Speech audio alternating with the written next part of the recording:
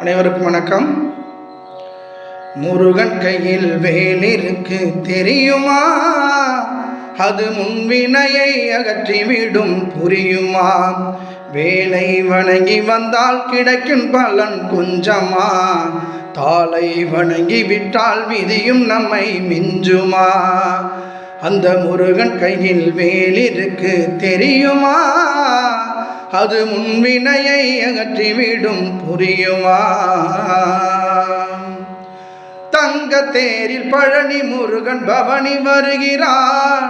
நம்பினோர்க்கு நன்மை எல்லாம் நாளும் தருகிறான். தங்க தேரில் பழனி முருகன் பவனி வருகிறான்.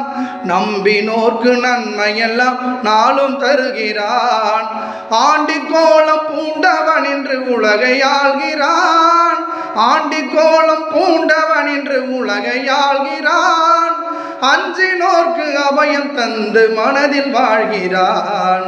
அஞ்சினோர்க்கு அபயம் தந்து மனதில் வாழ்கிறான். மனதில் வாழ்கிறான்.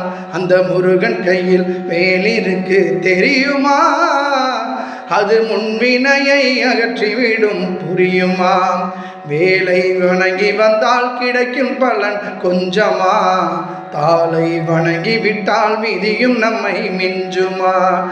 வேலை வணங்கி வந்தால் கிடைக்கும் பலன் கொஞ்சமா? தாளை வணங்கி விட்டால் விதியும் நம்மை மிஞ்சுமா? அந்த முருகன் கையில் வேல் இருக்கு தெரியுமா? அது முன்வினையை அகற்றிவிடும் புரியுமா?